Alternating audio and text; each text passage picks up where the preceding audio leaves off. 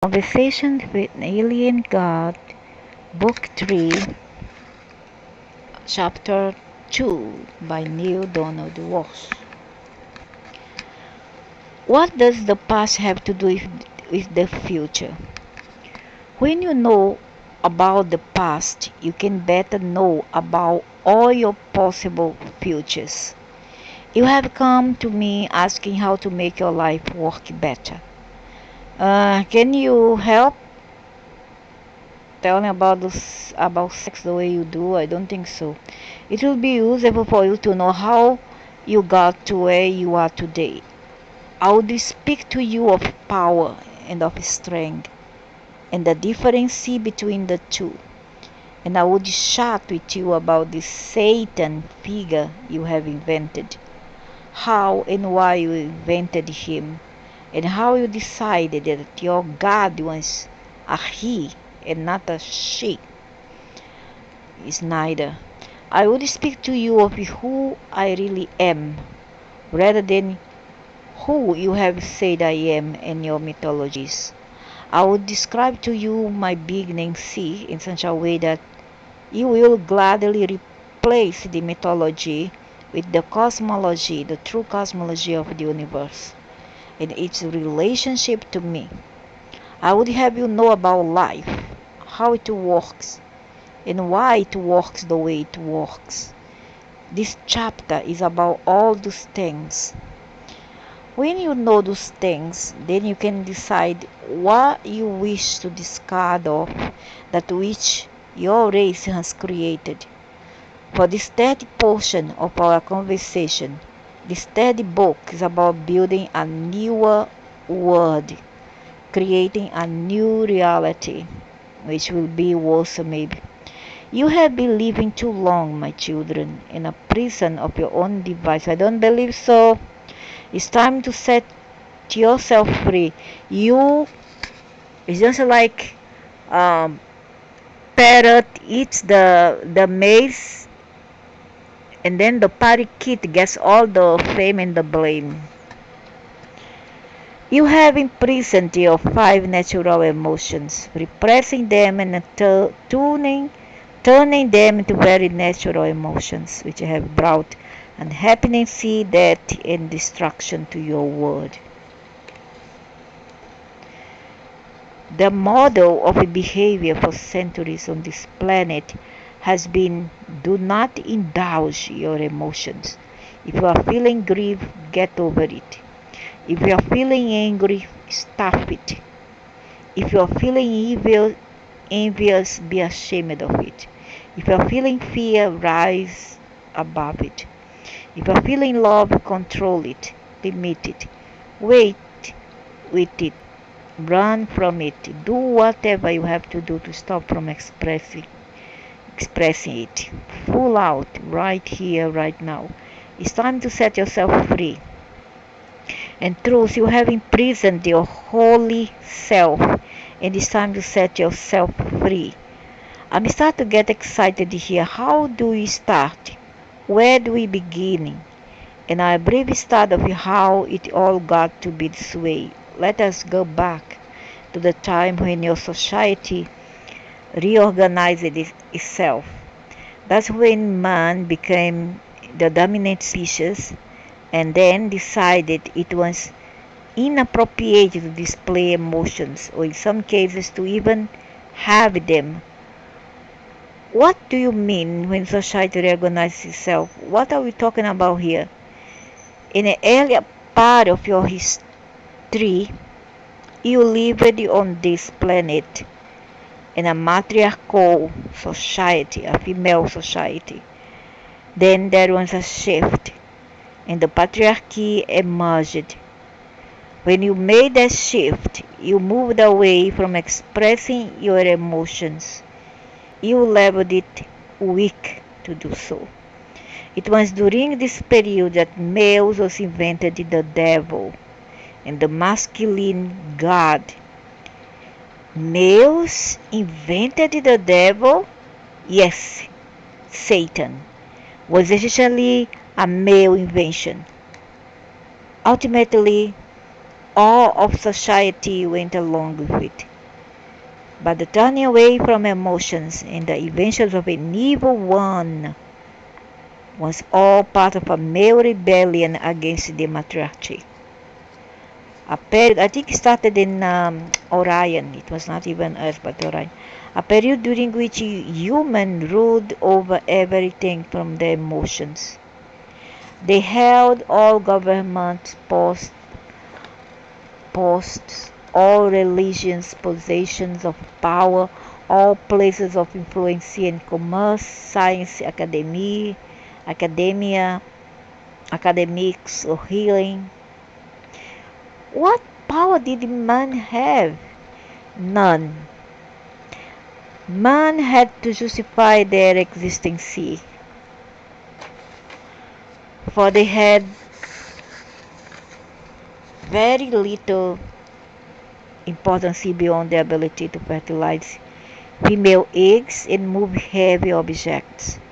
They were very much like worker ants and bees. They did the heavy physical labor and made sure that children were produced and protected. It took man hundreds of years to find and to create a larger place for themselves in the fabric of their society. Centuries passed before males were even allowed to participate in their clan's affairs, to have a voice or a vote in community decisions.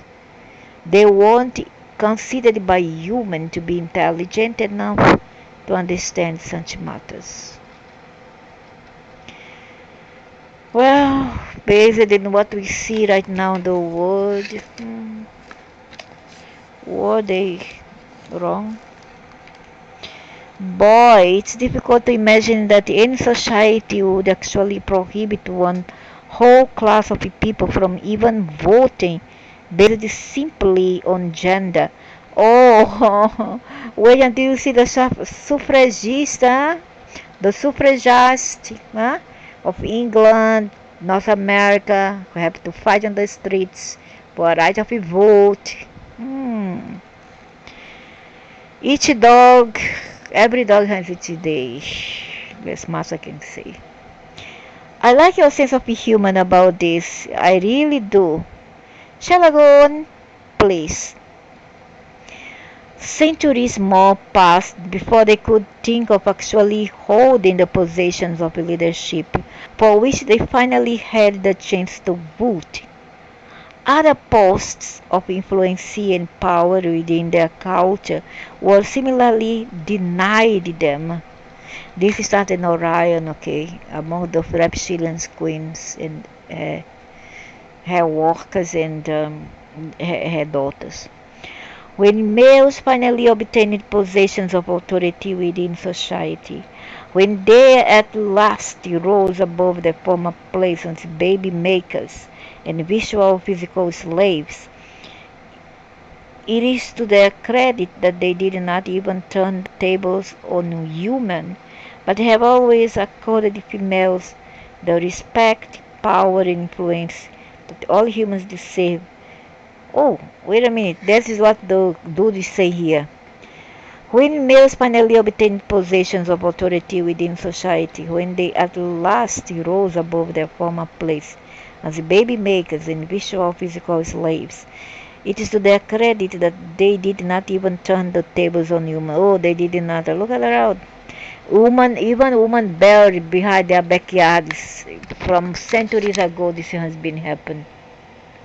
The human suddenly vanished from the house.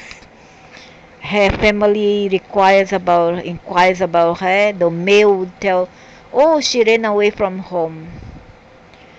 Only to find out decades later that actually she was buried in the backyard of the house. That's how much they respect a woman. Imagine if they didn't respect it. A baby maker and visual physical slave is their credit that they did not even turn the tables on human, but have always accorded the females the respect, power, and influence that all humans deserve, regardless of gender. There is that humor again.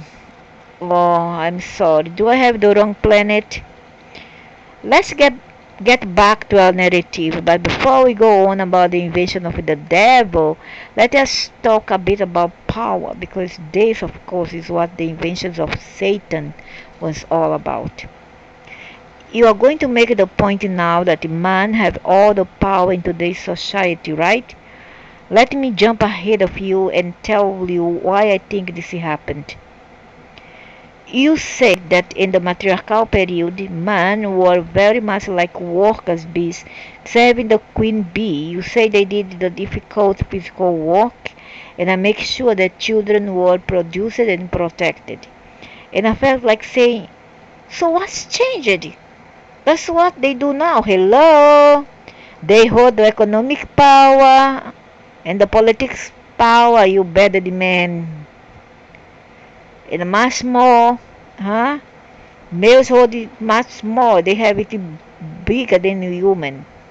And the human now is walking inside out, juggle between home and outside.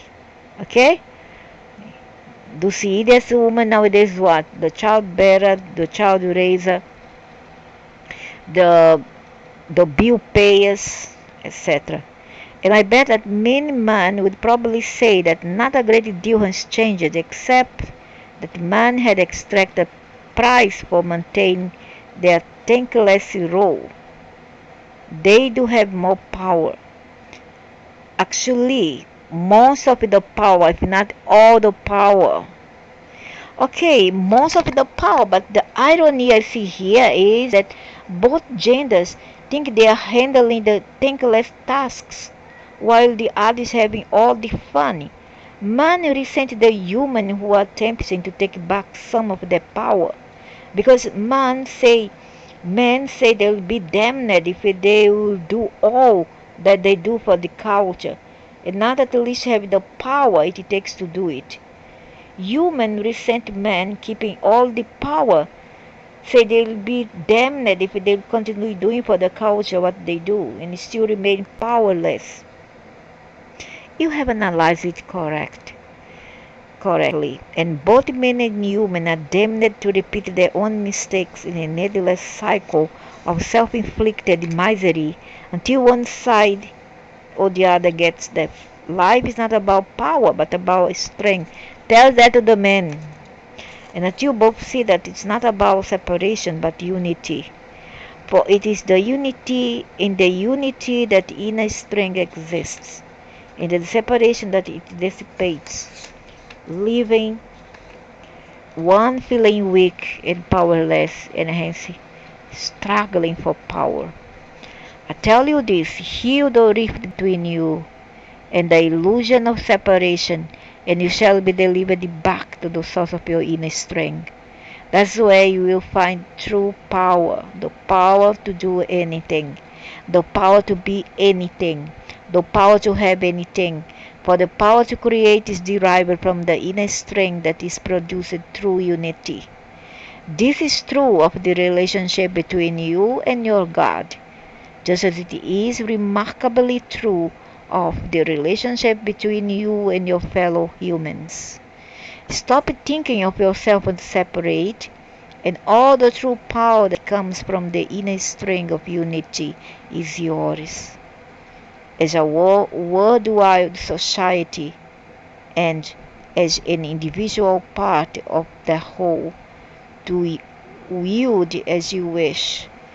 Yet, remember this, power comes from inner strength. Inner strength does not come from raw power, and this, most of the world has it backwards. Power comes from inner strength. Inner strength does not come from raw power. Power without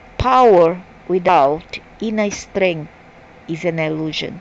Inner strength without unity is a lie that has not served the race, but has nevertheless deeply embedded itself into your race consciousness.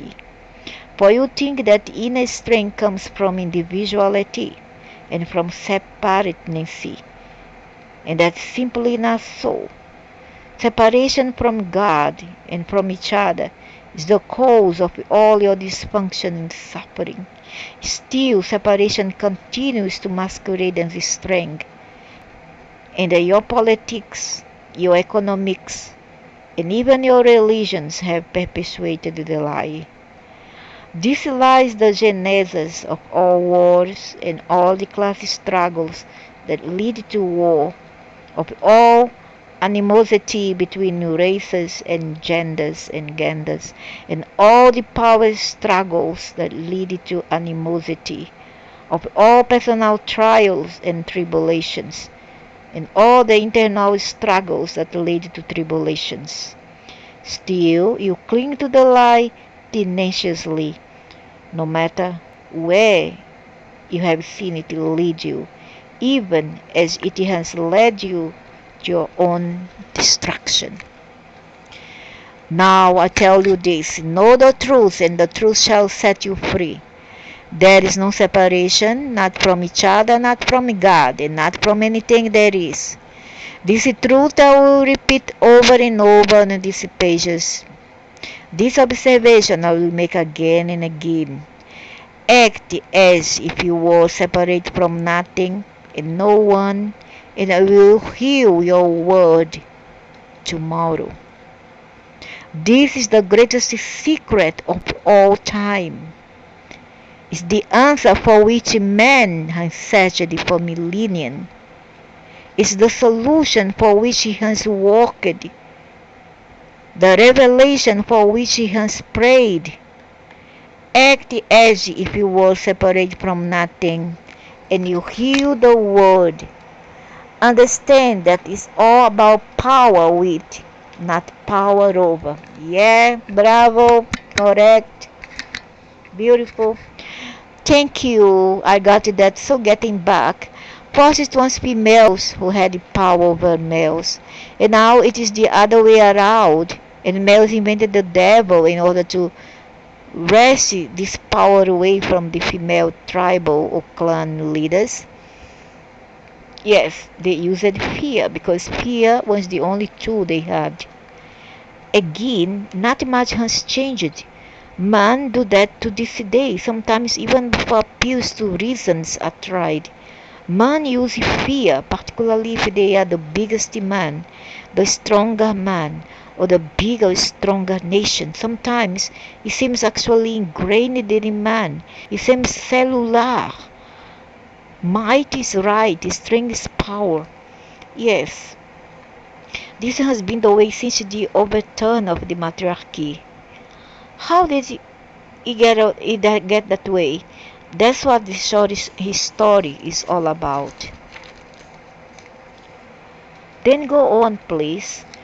What man had to do to gain control during the matriarchal period was not to convince the human that the man ought to be given more power over their lives, but to convince other men. Life was, after all, going smoothly, and there were also ways man could have to get through the day than simply doing some physical work to make themselves valued and then have sex. So what more they wish? Huh? What more? So is life. So it was not easy for men who were powerless to convince the other powerless men to seek power until they discovered fear. Fear was the one thing human hadn't counted on.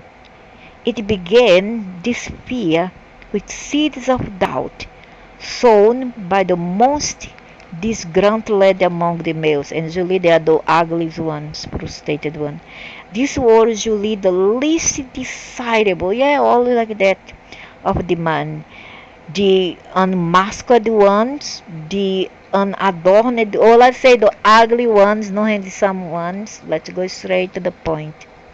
And hence, those to whom human paid the least attention to. And I bet that because these ones saw their complaints were discounted as the raves of rage born of sexual frustration. Exactly. That's correct. Still, The disgruntled man had to use the only tool they had, so they sought to grow fear from the seeds of doubt. What if the human were wrong? They asked. What if their way of running the world wasn't the best? What if it was in fact leading the whole society, all of the race, into sure and certain annihilation? This is something many men could not imagine. After all, didn't human have a direct line to the goddess? Were they not, in fact, exact physical replicas of the goddess? And was not the goddess good? The teaching was so powerful, so pervasive, that man had no choice but to invent a devil, a Satan, to counteract the unlimited goodness of the Great Mother, imagined and worshipped by the people of the matriarchy. How did they manage to convince anyone that there was such a thing as an evil one? The one thing all of their society understood was the theory of the rotten apple. Even the humans saw and knew from their experience that some children simply turned out bad no matter what they did, especially as everybody knew the male children, the boys, who just could not be controlled. So a myth was created. One day the myth went, the Great Mother, the goddess of goddesses, brought forth a child, and she talk about the matriarchal reptilian queen, brought forth a child who turned out to be no good. Could it be in key? No matter what the mother tried, the child would not be good. Finally, he struggled with his mother for her very throne. This was too much, even for a loving, forgiving mother. The boy was banished forever, but continued to show up in clever disguises and clever customs, sometimes even posing as the Great Mother herself. This myth laid the basis for man to ask, how do you know the goddess we worship is a goddess at all? It could be the bad child now grown up and wanting to fool us. By this device, man got other men to worry, then to be angry that the human weren't taking their worry seriously, then to rebel. The being you now call Satan was thus created. It was not difficult to create a myth about a bad child, and not difficult either to convince even the human of the clan of the possibility of the existence of such a creature. It was also not difficult getting anyone to accept that the bad child was male. Weren't males the inferior gender? And they are. This device was used to set up a mythological problem. If the bad child was male, if the evil one was masculine, who would there be to overpower him? Surely not a feminine goddess, for said the man, cleverly, when it came to matters of wisdom and insight, of clarity and compassion, of planning and thinking. No one doubted feminine superiority. Some, not all, some, because nowadays, if you get a clever woman, you are lucky. Yet, in matters of brute strength, was not a male needed. Previously in goddess mythology, males were merely consorts, companions to the females, who acted as servants and fulfilled their robust desire for lustful celebration of their goddess magnificency. Talk about some nymphs here. By now, a male was needed who could do more, a male who could also protect the goddess and defeat the enemy. This transformation did not occur overnight, but across many years. Gradually, very gradually, societies began seeing the male consort as also the male protector in their spiritual mythologies. For now, that there was someone to protect the goddess from such a protector was clearly needed. It was not a major leap from male as protector to male as equal partner, now standing alongside the goddess. The male god was created, and for a while, gods and goddesses ruled mythology together. Then again, gradually gods were given larger roles. The need for protection, for strength began to supplant the need for wisdom and love. A new kind of love was born in these mythologies. A love which protects with brute force, but it was a love which also covets what it protects, which was jealous of its goddesses, which now did not simply serve the feminine lusts, but fought and died for them. Myths began to emerge of gods of enormous power, quarreling over, fighting for goddesses of unspeakable beauty, and so was born the jealous god. This is fascinating. Wait, we are coming to the end, but there's just a little more. It wasn't long before the jealousy of the gods extended not only to the goddesses, but to all creations in all realms. We had better love him, these jealous gods demanded, and no other god, or else. Since males were the most powerful species, and gods were the most powerful of the males, this seemed little room for argument. There seemed little room for argument with this new mythology. Stories of those who did argue and lost began to emerge. The god of Eroth was born. Soon the whole idea of deity was subverted. Instead of being the source of all love, it became the source of all fear. A model of love which was largely feminine.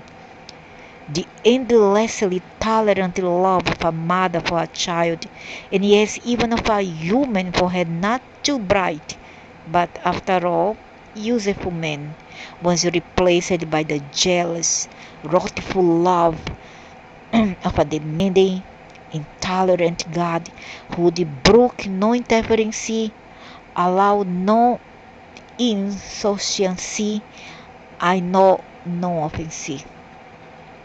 The smile of the amused goddess, experiencing limitless love and gently submitting to the laws of nature, was now replaced by the stern countenance of not so amused God, proclaiming power over the laws of nature and forevermore limiting love.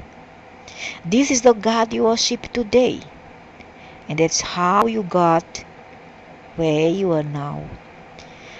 Amazing, interesting, amazing. But what's the point of telling me all this? It's important for you to know that you have made it all up. The idea that might is right or that power is strength was born in your male-created theological myths. The god of wrath and jealousy and anger was an imagining. Yet, something you imagined for so long, it became real. Some of you still consider it real today. Yet it has nothing to do with ultimate reality or what's reality going on here. And what is that? What's going on is that your soul yearns for the highest experience of itself it can imagine. It came here for that purpose, to realize itself, that is, make itself real in its experience. Then it discovered the pleasures of the flesh, not just sex, but all manners of pleasures. And as it indulged in these pleasures, it gradually forgot the pleasures of the spirit. These two are pleasures, great pleasures, than the body could ever give you. But the soul forgot this. Okay, now we are getting away from all the history and back into something we touched on before in this dialogue. Could you go over this again? Well, we are not actually getting away from the history. We are trying everything in together. You see, it's really quite simple. The purpose of your soul, its reason for coming to the body, is to be and express who you really are. The soul yearns to do this, yearns to know itself and its own experience. This yearning to know is life is seeking to be. This is God choosing to express. The God of your stories is not the God who really is. That's the point. Your soul is the tool through which I express and experience myself. Doesn't that pretty much limit your experience? It does, unless it doesn't. That's up to you. You get to be the expression and the experience of me at whatever level you choose. There have been those who have chosen very grand expressions.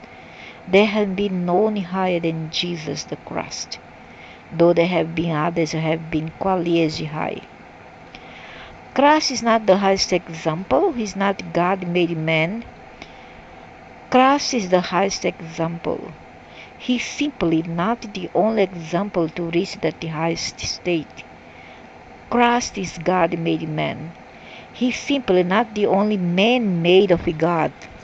Great. Every man is God made man. You are me, expressing in your present form. Yet don't worry about limiting me, about how limited that makes me, for I am not limited, and never have been. Do you think that you are the only form that I have chosen? Do you think you are the only creatures who I have imbued with the essence of me? I tell you, I am in every flower, every rainbow, every star in the heavens, and everything in and on every planet rotating around every star. I am the whisper of the wind, the warmth of your sun, the incredible individuality and the extraordinary perfection of every snowflake. I am the majesty and the soaring flight of the eagles, and the innocency of the dew and the field, the courage of lions, the wisdom of the ancient ones. And I am not limited to the modes of expression seen on your planet alone. You do not know who I am, but you only think you do. Yet think not that who I am is limited to you, or that my divine essence, this most Holy Spirit, was given to you and you alone. That would be an arrogant thought and misinformed one. My being is in everything, everything. The allness is my expression. The wholeness is my nature.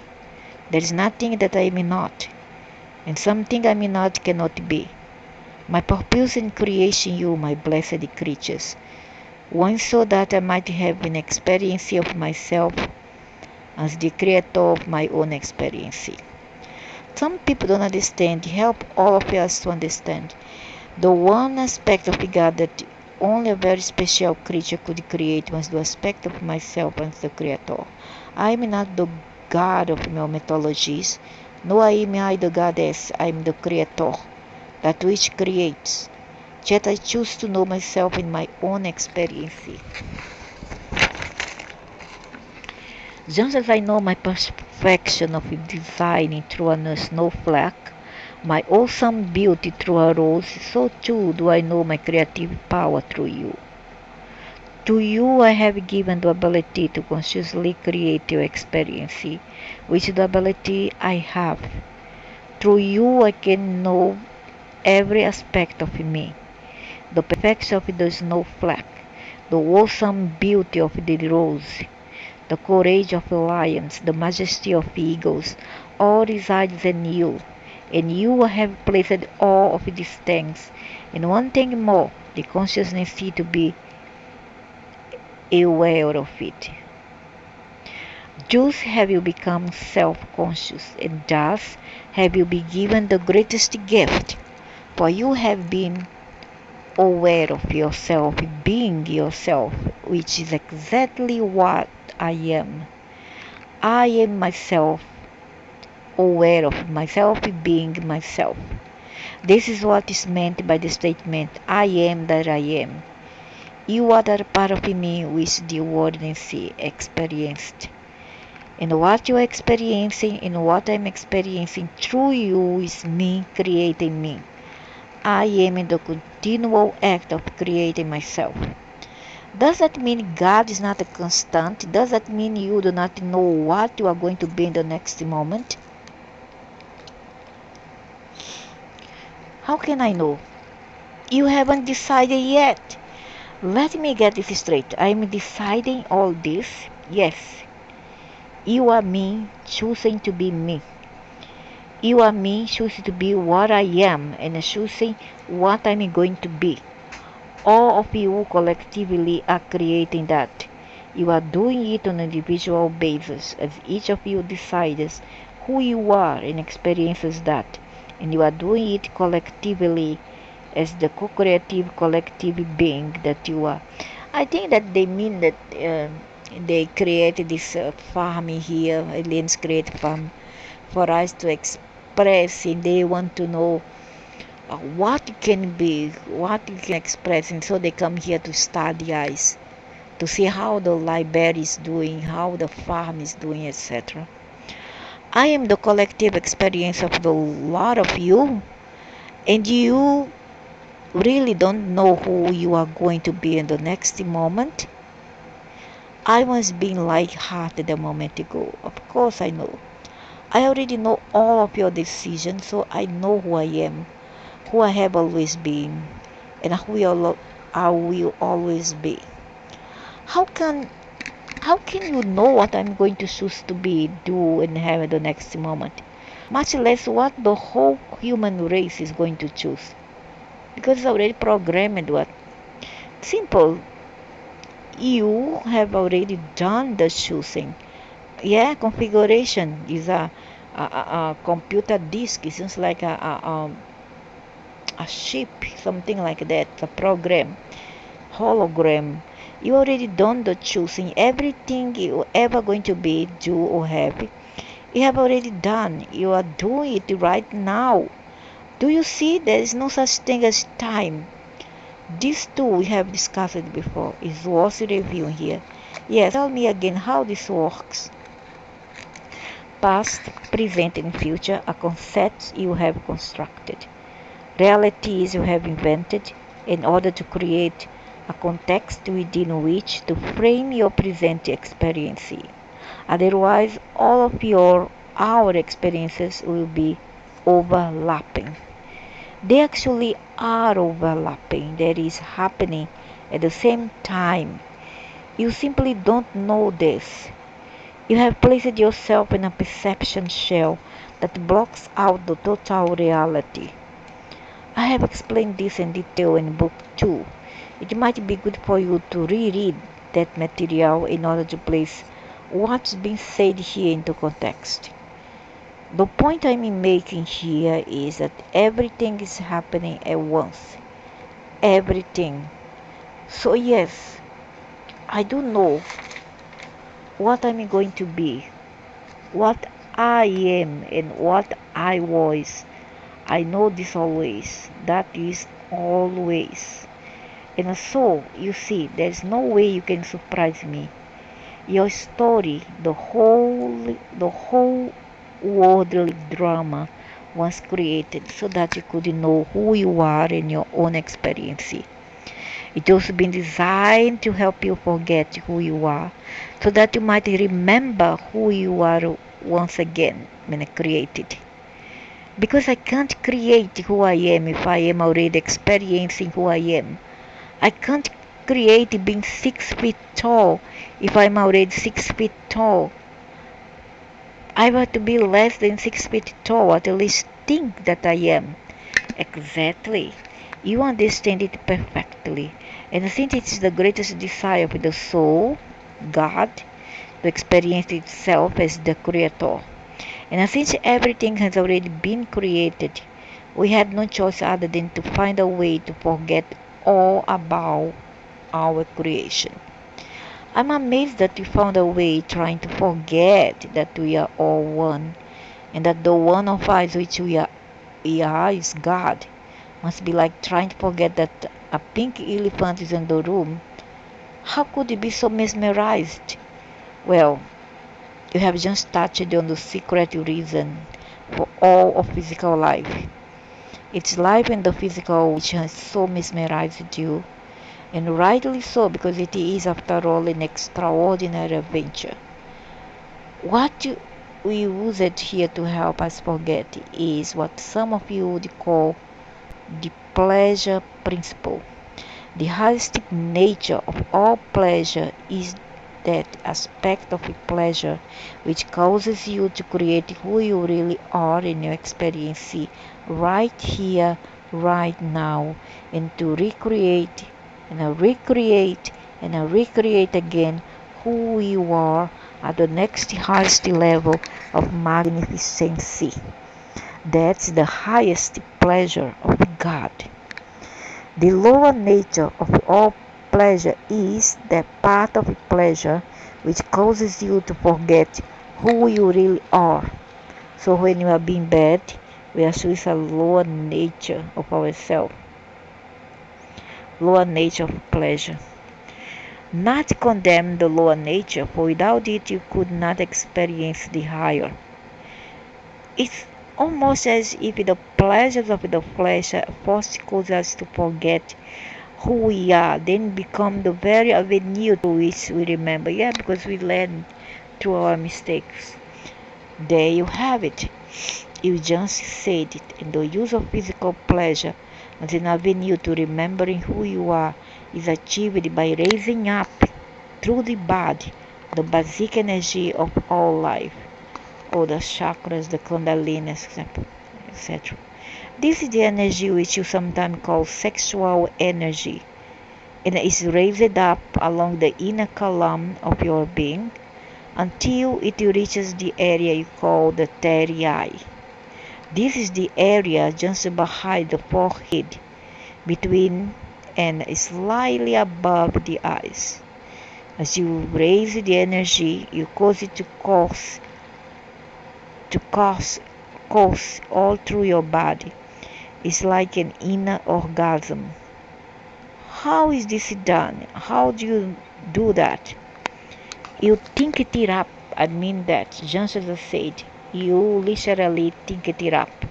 The inner pathway of what you have called your chakras. Once the life energy is raised up repeatedly, one acquires a taste for this experience, just as one acquires a hunger for sex. The experience of the energy being raised is very sublime. It quickly becomes the experience most desired. Yet you never completely lose your hunger for the lowering of the energy. For the basic passion, no ought you try. For the higher cannot exist without the lower in your experience, as I have pointed it out to you many times. Once you get to the higher, you must go back to the lower in order to experience again the pleasure of moving to the highness. So it's a vicious circle. This is the sacred rhythm of all life. You do this not only by moving the energy around inside your body. You also do this by moving around the large energy inside the body of God.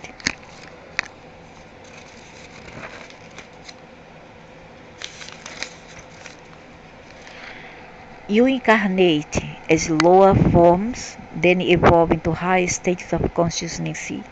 You are simply raising the energy of the body of God. You are that energy. And when you arrive at the highest state, you experience it fully. Then you decide what next you choose to experience.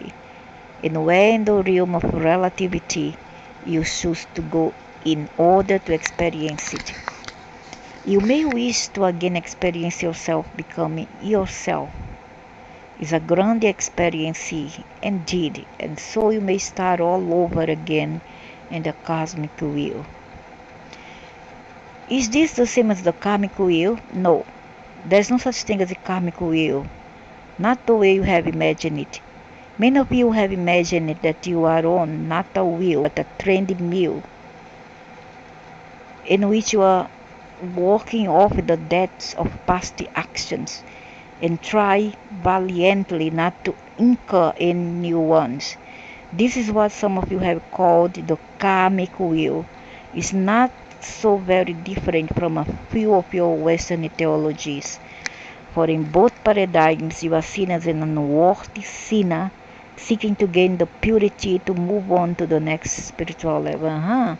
Many idiots think that this is a school, we have to learn something, or people who suffer, they say because they did something in past life, even though you don't remember what the heck you did, that you have to pay here.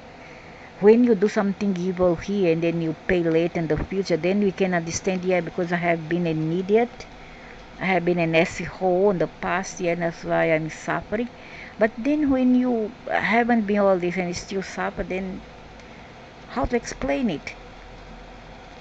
Isn't it? So there's no such thing as karma, and you have to pay something that's rubbish for you to think this way. For all of you who think this way. The experience which I have described here, on the other hand, I'm calling the cosmic wheel because there is nothing of unworthiness, death, repayment, punishment, or purification. The cosmic wheel simply describes the ultimate reality of what you might call the cosmology of the universe. It's the cycle of life, or what I sometimes term the process. It's a picture phrase describing the non-beginning and non-ending nature of things, the constantly connected path to and from the all of everything on which the soul joyfully journeys throughout eternity. It's the sacred rhythm of all life, by which you move the energy of God. Wow, I've never had that all explained to me so simply. I don't think I ever understood all this so clearly. Well, clarity is what you brought yourself here to experience. That was the purpose of this dialogue, so I am glad you are achieving that. In truth, there's no lower or higher place on the cosmic wheel. How can that be? It is a wheel, not a ladder. That's excellent. That's an excellent imagery, an excellent understanding. Therefore, condemn not that which you call the lower basic animal instincts of man. Yet bless them, honoring them is the path through which and by which you find your way back home. This would relieve a lot of people of a lot of guilt around sex. It's why I have said play, play, play, and if all of life mix what you call the sacred with the sacrilegious. Until you see your altars as the ultimate place for love, and your bedrooms as the ultimate place for worship, you see nothing at all. You think sex is separate from God? I tell you this, I am in your bedroom every night. So go ahead, mix what you call the profane and the profound, so that you can see that there is no difference in experience all as one. Then, when you continue to evolve, you will not see yourself as letting go of sex, but simply enjoy it at a higher level, for all of life is SEX, synergistic energy exchange. That's what sex stands for, synergistic energy exchange. And if you understand this about sex, you will understand this about everything in life, even the end of life, what you call death. At the moment of your death, you will not see yourself until let go of life, but simply enjoy it at a higher level. When at last you see that there is no separation in God's word, there is nothing which is not God, then at last you let go of this invention of man, which you have called Satan. If Satan exists, he exists as every thought you ever had of separation from me. You cannot be separate from me, for I am all there is. Man invented the devil to escape people into doing what they wanted, under the threat of separation from God if they did not. Condemnation being hurled into the everlasting fires of hell was the ultimate scare tactic. Yet now you need be afraid no more, for nothing can or ever will separate you from me. You and I are one. We cannot be anything else. If if I am what I am, all there is, why then would I condemn myself? And how would I do it? How could I separate myself from myself when myself is all there is and there is nothing else? My purpose is to evolve, not to condemn, to grow, not to die, to experience, not to fail to experience. My purpose is to be, not to cease to be. I have no way to separate myself from you or anything else. Hell is simply not knowing this. Salvation is knowing and understanding it completely. You are now saved. You needn't be worried about what's going to happen to you after death anymore. Beautiful.